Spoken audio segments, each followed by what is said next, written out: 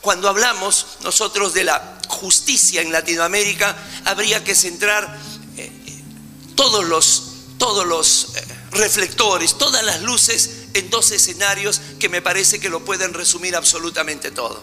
Primero, en el ambiente, todo lo que está preparado, toda la atmósfera en la que se desarrolla, y en segundo lugar, los protagonistas, como casi siempre, ¿no? Como un espectáculo deportivo, como este mismo congreso. El ambiente que se desarrolla, las facilidades, el trato cordial, esa suerte de engreimiento que nos han dado a los expositores, la presencia de ustedes, el escenario maravilloso que tenemos, pero no es suficiente. Por otro lado, los protagonistas, por otro lado, los que de alguna manera vamos a ir pasando por aquí durante estos 3 días de fiesta académica. Bueno, pues cuando nosotros hablamos del ambiente del sistema de justicia, lo primero que tenemos que hacer es ubicarnos, como está el título de esta ponencia que se nos sugirió para este congreso, que viene a ser la justicia en América Latina. Un connotado jurista colombiano decía que señala que existen sitios de producción del derecho y sitios de recepción del derecho. Los sitios de producción del derecho todos los conocemos, Europa y Estados Unidos, en diferente proporción, en diferente peso, con diferente grado de influencia. Esto es distinto. Hay países en América Latina donde llegó Kelsen, donde llegó Goldsmith, y entonces seguramente donde están de cara al Atlántico, y entonces a partir de ahí seguro el aporte que se dio de juridicidad de estos sitios de producción del derecho fue mayor. Hay otros países como Bolivia, por ejemplo, donde los 2/3 de su población es una población indígena, es una población que mayormente no habla el español, y entonces seguramente es el desarrollo de su atmósfera, el desarrollo de su ambiente jurídico es distinto. Nosotros, eso es lo primero que creo yo tenemos que visualizar, la cultura jurídica de cada uno de nosotros. En este congreso se reúnen 8 banderas. Por aquí van a haber expositores de 8 países, todos vamos a hablar la misma lengua, pero con diferente acento, con diferente entonación, y a veces cambiando una palabra que en el diccionario de la Real Academia aparece como aguda y algunos la pronunciamos como grave, o la grave que la pronunciamos como esdrújula. Pero finalmente, ¿por qué? Porque por muy parecidos que seamos, por muy cercanos, ¿no? Esto ya se ha dicho, me han precedido ya en este pequeño análisis. Es un factor de localización, es un factor que va a desarrollar sin lugar a dudas cada país en base a lo que haya recibido. Pero somos sitios de recepción del derecho y excepcionalmente somos sitios de producción. No, son pocas instituciones jurídicas que han nacido del vientre de América Latina, pero que siempre se han dado, seguramente a partir de todo lo que se ha recibido, como en la literatura. En la literatura solamente recibíamos la literatura occidental que llegaba, y finalmente acá, ¿no?, fue la cuna del modernismo con Rubén Darío, y luego fue la cuna del realismo mágico con García Márquez. Igual, aquí en América Latina, el aporte del amparo, ¿no?, esa genialidad de Manuel Crescencio Rejón en una constitución solamente estadual, la constitución yucateca, que crea el amparo. Hoy día el amparo es universal, pero justamente respondiendo a que no tenemos una misma cultura jurídica, hoy en el mundo no hay 2 amparos que sean similares. A veces hasta se le da el nombre de acción de protección, de acción de tutela, mandato y seguranza, dependiendo de la latitud en que se desarrolle. No todos los países, por muy similares que seamos, tenemos las mismas condiciones de presión y temperatura y el nivel de los vientos. No lo tenemos. A partir de allí es que creo que se hace ese análisis. Hay países que tienen el amparo ordinario para el que se creó, cuando hay la vulneración de un derecho fundamental de parte del Estado o los particulares. Hay países, otros, donde existe el amparo extraordinario, el amparo que sirve para detener los actos de los otros poderes del Estado. Hay el amparo contra leyes y hay el amparo inclusive contra resoluciones judiciales. Hay países donde se dice, no, ¿cómo va a haber un amparo contra leyes? Para eso está el proceso de inconstitucionalidad, o en todo caso el control difuso. Bueno, hay países que lo tienen. ¿Cómo va a haber amparo contra resoluciones judiciales? Sería prácticamente un terremoto de grado 7 en la escala de Richter con respecto a la cosa juzgada, con respecto a la seguridad jurídica, y sin embargo lo hay. En los países donde los hay te dicen sí, porque normalmente no quedamos satisfechos con la última decisión, entonces recurrimos a la justicia constitucional. Hay otro, que está generalmente los extramuros del poder, llámese tribunales constitucionales. Hay otros que nos dicen, no, esto no es así, no es así porque todo tiene que ser una unidad, tiene que ser monolítica, y por lo tanto acá la justicia constitucional está dentro del poder judicial. Es decir, cada uno tiene un ambiente totalmente distinto, un ambiente totalmente diferente. Sin embargo, este ambiente distinto se ve expresar en la realidad. Hace ya década y medio, 2 décadas, que comienza a sentirse en el ambiente los vientos del sistema acusatorio, de ese sistema procesal penal que pareciera, como llega con los anuncios, con la publicidad, pareciera que todo lo que hemos hecho antes fuera absolutamente equivocado, erróneo, que estábamos creyendo que la Tierra era el centro de todo el sistema planetario, ¿verdad? Y que todo lo que se da hoy, partiendo justamente de la oralidad, es algo magnífico. Y sin embargo, cuando llega, nos encontramos que hay países en América Latina donde el proceso penal es acusatorio, pero el proceso civil sigue siendo inquisitivo. Y en estos mismos países hay el llamado juez, hay el magistrado que resuelve ambos procesos. Es decir, en uno con un sistema acusatorio donde el protagonismo lo tienen las partes, y otro, un proceso civil donde el protagonismo lo tiene él. La gran pregunta es cómo hará cuando en una mañana tiene que ver ambos. ¿Cambiará el color de la corbata o cambiará el color del traje? Para no confundirse entre un sistema, la convivencia de 2 sistemas generalmente opuestos dentro de una misma legislación. O por ejemplo, cuando hablamos del fenómeno de constitucionalización del derecho, el que hoy la Constitución ha dejado de ser política para transformarse en una constitución jurídica, y que esa Constitución llega hasta el último rincón del ordenamiento jurídico, y sin embargo las facultades de derecho siguen teniendo menos del 5% de horas entre lo que viene a ser todos los temas relacionados al ámbito constitucional. O teniendo este fenómeno de constitucionalización del derecho, los jueces siguen teniendo una formación en lo civil, en lo penal, en lo administrativo, en lo laboral, en lo comercial, hasta en lo ambiental, pero no se hace ese mismo hincapié dentro de lo que viene a ser el ámbito constitucional.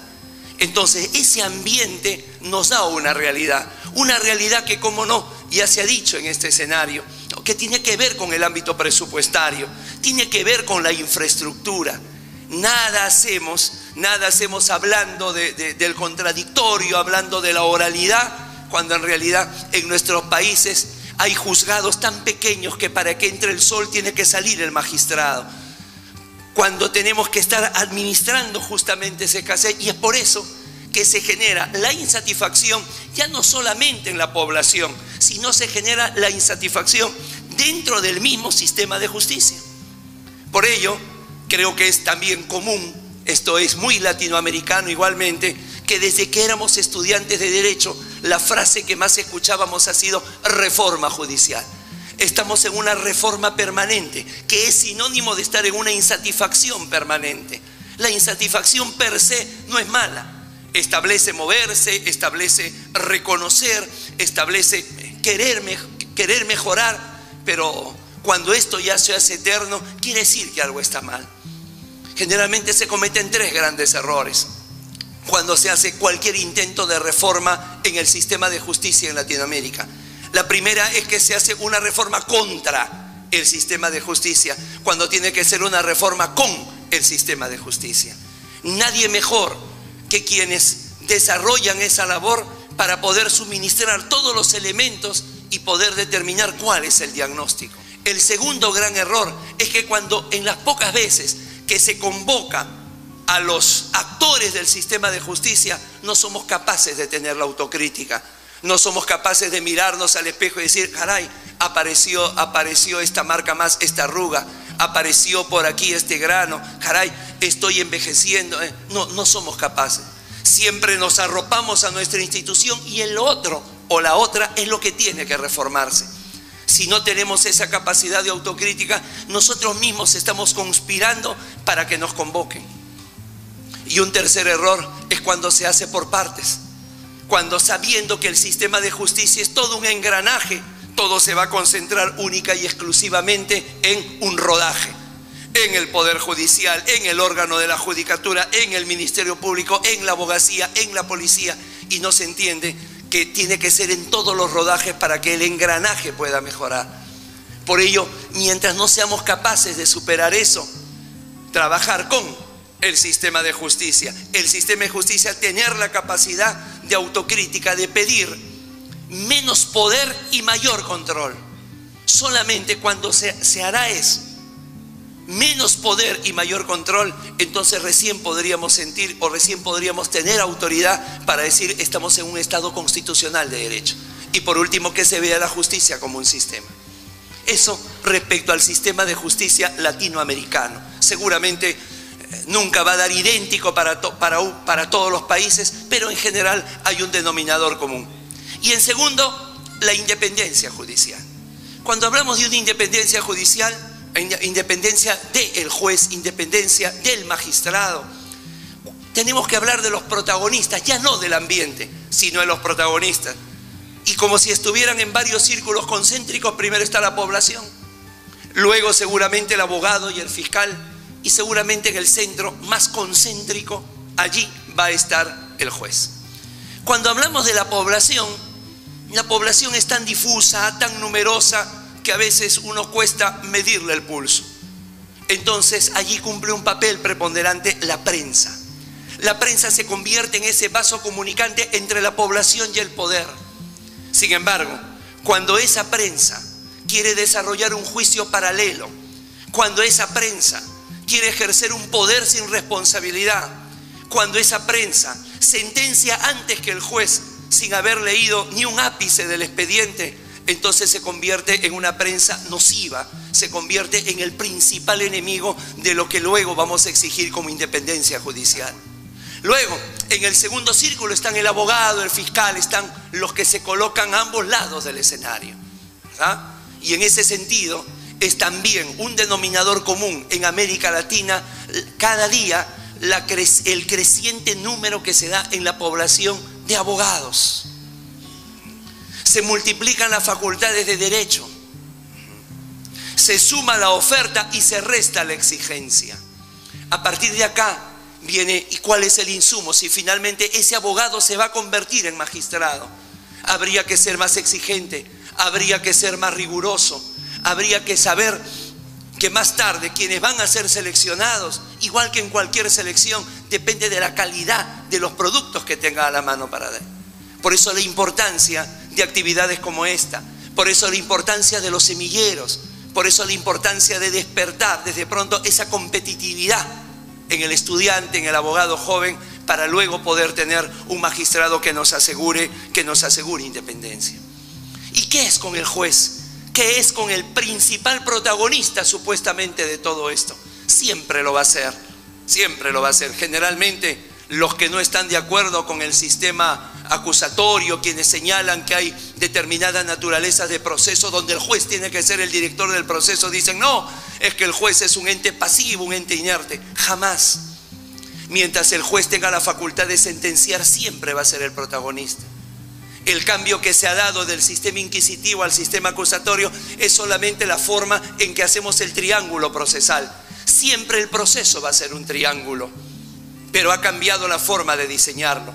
En el sistema inquisitivo se comenzaba por el vértice superior y luego descansaba en las partes. Hoy día con el sistema acusatorio comienza desde la base, comienza desde las partes para luego ir al vértice superior. Pero finalmente sigue siendo esencia ese proceso, un proceso que tiene que reinventarse, un proceso que tiene que readecuarse. Hay un autor europeo de un libro que se llama La metamorfosis de la grasa, que viene a ser la historia de la obesidad, y donde señala él de que la obesidad hubo en un momento de la historia, lo podemos ver en cuadros y en pinturas, que la obesidad era vista como belleza. Ver una mujer rolliza, ver una mujer abundantosa era sinónimo de belleza. Lo mismo que el varón, ¿no? El varón con esos vientres que normalmente cuando toman una regadera, una ducha, no les permite mojarse los pies, era visto como sinónimo de aristocracia, era visto, caramba, como opulencia, sobre todo en tiempos de hambre, ¿no? Entonces hay una niña que, leyendo este libro prematuramente a su madre, le dice, a su madre, claro, una mujer obesa, le dice, mamá, no, tú no eres fea, tú no eres gorda, lo que pasa es que no estás viviendo en tu tiempo, ¿no? Porque en otro momento eso significó la belleza. Eso no puede pasar con el proceso. No podemos seguir anclados a un proceso que siempre va a mantener sus bases, sus principios, su ADN, sus raíces más profundas, pero que tiene que irse adecuando justamente, si no, estaremos justamente caminando siempre sobre el mismo sitio. Y sobre este juez, ¿qué es lo que tenemos que hacer? Sencillamente pedirle una cosa que me parece que allí radica absolutamente todo: el compromiso con su función, con su profesión, con ese privilegio de ser magistrado, con ese privilegio de ser juez.